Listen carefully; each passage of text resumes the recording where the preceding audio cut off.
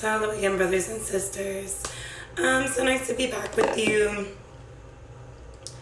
I may be taking a little bit of a break with all the craziness that's going on, and my voice is still not 100%. So it's time to take a break. But I want to go into some stuff that's going on, some stuff I've seen. I'm going to link a video below, and I'm going to try to link a previous video that I did below. But if not, then you may have to search it. I'm wearing like a purple or a burgundy Columbus shirt, okay? So what I'm going to be talking about is regarding the Catholic Church again. I know, it's surprising. Listen, you guys, the Lord made it very clear to me that the Catholic Church has a lot to do with end time prophecy. For those of you who do not know me, this is a Jesus loving channel, okay? We'll talk about everything. But newest thing that the Lord has placed me in the realm of is regarding prophecy. It's just because of all the dreams I've had in the past and all the things that He's shown me, that's where He's placed me. It's not something I would have ever chosen here. I was fearful of it. And I, like everyone else, was flocking to see what does everyone else think. In trying to catch up on prophecy when the Lord told me it's time. So, yeah, He wanted me to be segregated and separated. And there He taught me the foundations of what He's trying to tell His people, okay? Prophecy-wise, okay? So what the Lord has made very clear to me is that for some reason, the Catholic Church is absolutely on point with almost every prophecy or feast day and all these other things, right? And that America is in sync with the Roman calendar, the Roman ways of life. I have gone a little bit into it on other videos, but I'm trying to make a point, so I don't want to go deep into all of my findings. There's a reason why I believe what I believe, okay? All of their, not all, but majority of their beliefs and their feast days and their certain calendar days have something to do with end times. For some reason, them. So, this is the newest thing that I've been following. Now, growing up, I grew up in a Catholic family. I did my communion, confirmation, and then they have like your marriage, do the christening, or the baptism when you're a baby, so on and so forth. Did all that, and my grandfather was also a deacon. So we went through a lot with him being a deacon, and he was head honcho. My mother is actually Irish Catholic, so mom's white. You know, I grew up in a very religious family. So the reason why I bring this up is because the culture is that the leader of a family, usually with Italians and with Irish people,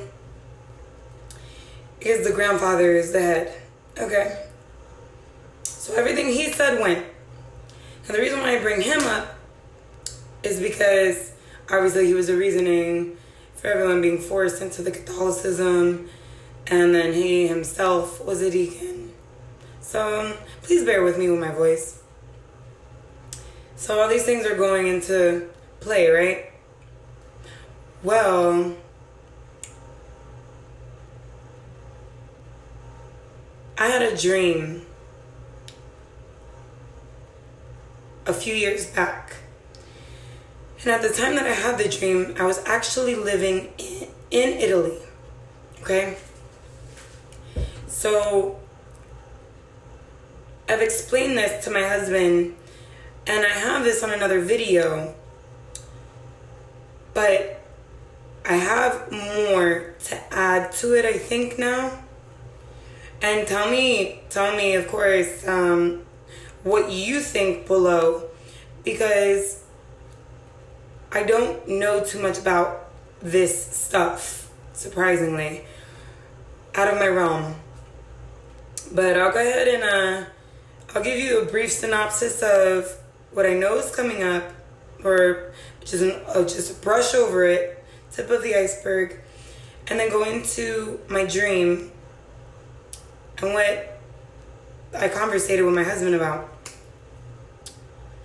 In my last video, when I told this dream, I said that I have a strong feeling that one last thing needs to happen with the Catholic Church before we're out of here. And I said I didn't know if it was the Catholic Church or the Pope or Rome, but something's gonna happen with them. Now, or the Pope, I don't know. But all I know is that something big's gonna happen with them. And that you can see, like, around the world, they're attacking the Catholic Church. And I've already spoken about this. A lot of people are bent out of shape, and they're trying to say that Catholicism is Christianity and all these things. And I've heard a really good argument where, and I'm not attacking Catholics, the head honcho, the Pope, has been brainwashing people for centuries. This is a kingdom, okay? It's an enemy kingdom that is making division, causing problems, and they're the only people that have taken over the world. Think about this. The only people that have forced their religion on the world. They're the reason for the bad taste that everyone has in their mouth about Christianity. Okay? Especially a lot of the pagan people and stuff. They think that Catholics are Christians. And they're actually religious. And they're actually traditional, like Jesus hates. And they're idolaters. So, I mean, there's no surprise here. We can already see that there's a problem. And there's more, okay? They take up all of the Eastern religions and they merge it into one. I talk about how Catholicism is Buddhism, Jainism, Hinduism mashed into one. Because even all the Norse gods, the Greek gods, the Roman gods come from India. Okay? If you do your research, you'll know what I'm talking about. They come from the Middle East. Well, the point is that I know something's going to happen with them. And it's already begun. They're attacking the churches, and God is allowing all these idols to come down. The statues, everything. And Jesus spoke about one type of people, particularly when dealing with the Pharisees and Sadducees. I don't remember which one it was at the time that he was arguing with these specific people. He's talking, Jesus is attacking many ideologies, if you want to get broad. But one particular people that he's attacking are those who killed the prophets and made statues of them. And there's only one church that does this. Beware of the yeast of the... of the Sadducees and the Pharisees, okay? So we've seen the Pope be like making his runs. He's very different from everyone else. He has a Jesuit history, which is unheard of if you do your research. Don't want to go into all this. I'm getting off topic, okay? This guy stands out. Let's just put it that way. Then you have all this end time stuff happening, and now they're attacking the Catholic churches. Linking a video below is going to go into some other stuff, another angle, if you will, another confirmation I've got from the Lord from this video. So my dream, right? So this was a very eerie dream, but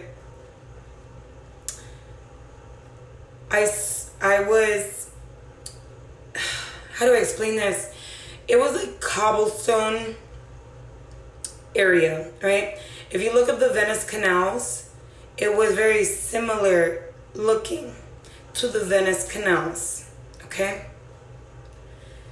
And it was very eerie, okay? Very dark, foggy, cloudy, mist everywhere, okay? It's like a scary movie in the fog, okay?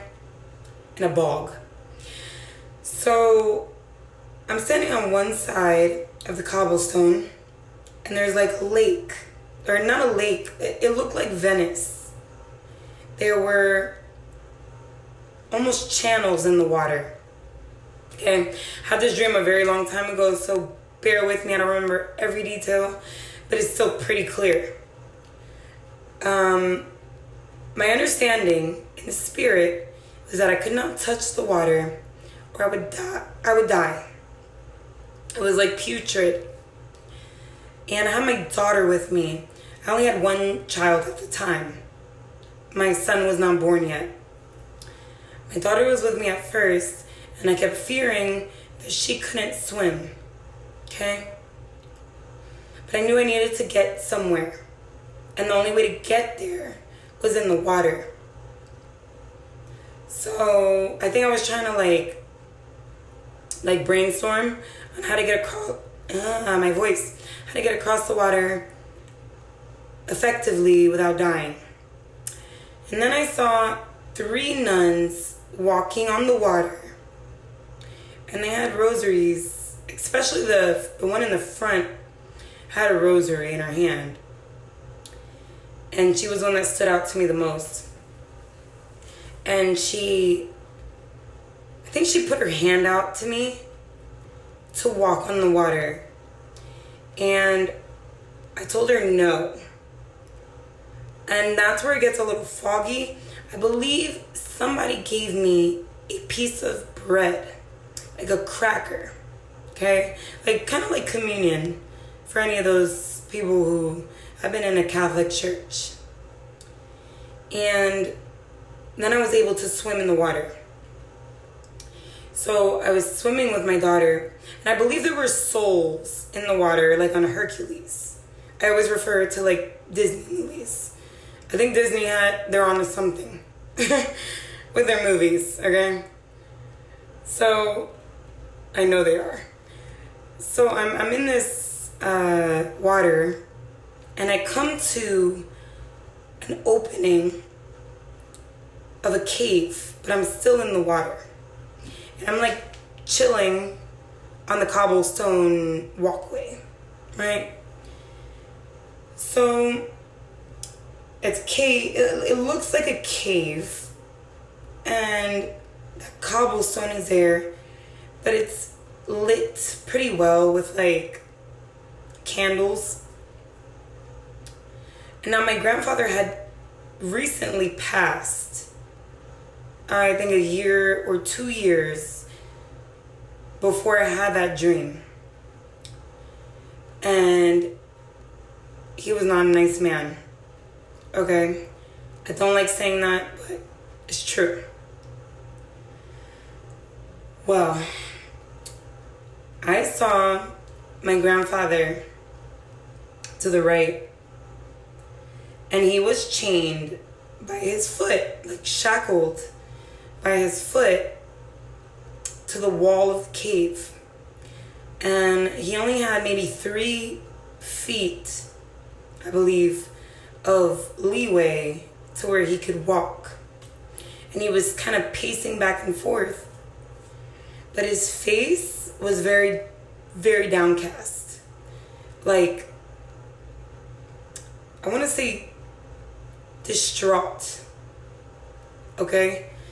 And he was holding something, but I don't remember what he was holding. I don't remember if it was a rosary or a book or a Bible. I don't remember, but he was most definitely holding something. And I believe that he was wearing a black and red, like the robes that they wear in the Catholic churches, okay? With like the funky hats. And beside him to the left, there were maybe 3 or 4 other priests, I'm going to say, huddled around a table. But their backs were turned towards me, so I couldn't see what they were doing. Okay? And I woke up and I remember telling my husband, I don't think that my grandfather went to a very good place. Okay? Well, my husband, God bless his heart, he's a little stubborn when I tell him dreams. He doesn't really listen to them. And I almost confide in him when I tell him a dream, because chances are I'm not gonna write it down. I'm really bad at that. I've gotten smart with it now, but back then I never wrote them down because I didn't know that God was gonna use those dreams to tell me something in the future. Okay? So I didn't know what it was. I just thought that perhaps I was in Hades. Like, that's the vibe I got there, okay? Well, I was telling my husband about it recently, like a couple months ago, and he said that it sounds like what I'm talking about is called sticks. And I think I said, I beg your pardon, like 1 trillion times. Because, like, he's kind of a nerd, with that anime and the Greek mythology. I mean, these guys, and I'm sure some girls, they know all about this stuff. I don't know. So I said, what is sticks? What is that? So he explained to me that it has to do with some Greek mythology. But he ends up looking it up, and the website that he comes across states that the original Styx, even though it's like Greek legend, was originally in Italy. And I don't remember if he said it was Rome or Venice or whatever, but it looked like the Venice canals. Okay?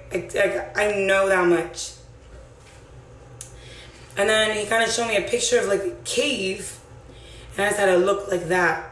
Like that cave is what I saw. Okay? So I don't know what that means, but I did a little bit of research regarding the mythology around it. It's going to be well-rounded.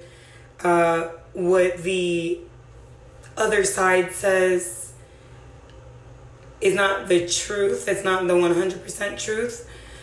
But there is some truth in everything. And who knows? We know that the angels made an oath with Satan. They all got together, the bad angels and Satan, and they made covenants.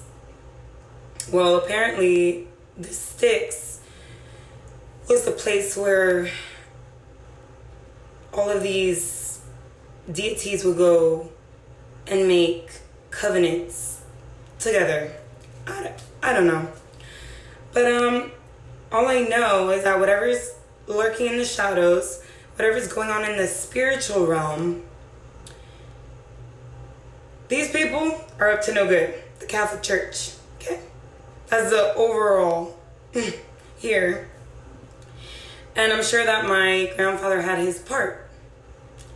Okay? Because the higher you up, the higher up you are, the more you know the truth. Kind of like with masonry. At the bottom of the barrel, you won't know. But when you're at the top, you pretty much know who you're serving. Well, same thing with Catholicism, you guys. And many organizations, anything dealing with the occult, people keeping secrets. Jesus said that nothing he said was ever said in the dark. All these people are wrong. Okay? Jesus spoke out loud in parables so that people didn't know what he was talking about. That's different. He had innuendos, and he would secretly tell his people something, and then he would take his disciples in secret and tell them what it meant. So, and now we see the devil copying that with the movies and the music and all these hidden agendas everywhere. Now, the last thing I want to add to this dream was that I saw a young man who had a dream around that time I was looking into it. He had a dream about 2 popes that were being sacrificed in secret, and pretty much he saw almost all the same stuff that I did, but I think that I was maybe viewing it from a spiritual standpoint, whereas that boy, the young man, was viewing it from a physical, obviously it was still in the spirit, but I think it was a physical aspect of things. Because he saw like more of a normal scenario with people huddled around a table. And he said they took 2 old priests and they slaughtered them to make way for the Antichrist. And he said that when that happened, I wish I could find that video. I watched it months ago. But he said when that happened, there was a very big earthquake. Now, that earthquake I know means everything. And there's something very symbolic when it comes to Jesus and that story of him on the cross. Now, I don't like to breeze past the 4 Gospels, because the 4 Gospels are 4 separate, different aspects of prophecy, okay? You could read them literally, but if you read them literally, you will find contradictions everywhere. How Judas died, how Jesus was born, how Jesus died, what happened to the apostles, so on and so on. I'm telling you, it's very symbolic. The 4 Gospels, okay? Now, some of it's literal. It's the top layer is literal, but when you dig deep, there's more to it, okay?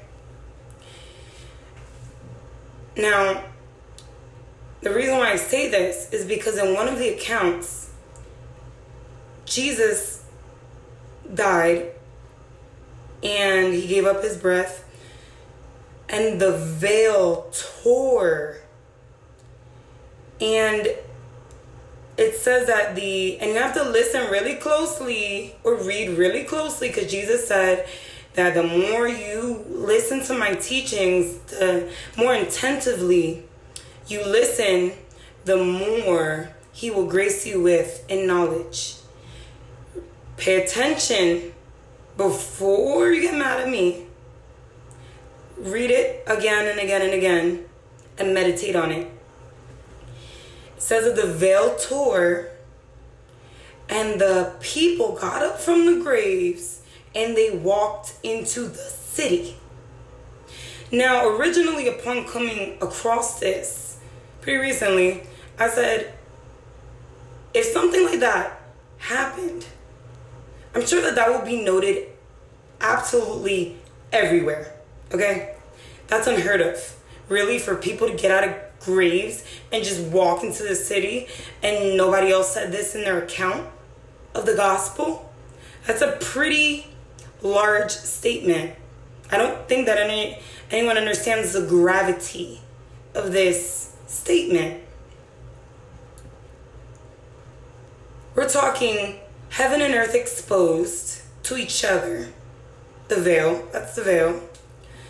And so powerful that the people got up and walked into the city. Now, that was my initial read. Now, the other day I reread it because the Lord just makes me go back. And I read it more closely and more attentively. And that one has always bothered me. God said if that happened, then that would have been documented everywhere. And when I went back and read it, it said, after Jesus ascended, the people got up from their graves and they walked into this city. You guys, this has to deal with something a lot deeper. Okay? It's a lot deeper. So meditate on it. I'm not entirely 100% sure what it all means, but the Lord is bringing us to a higher level of understanding in these times. And I mean, if I was to assume, I would think that has to do with the rapture or evangelizing or both.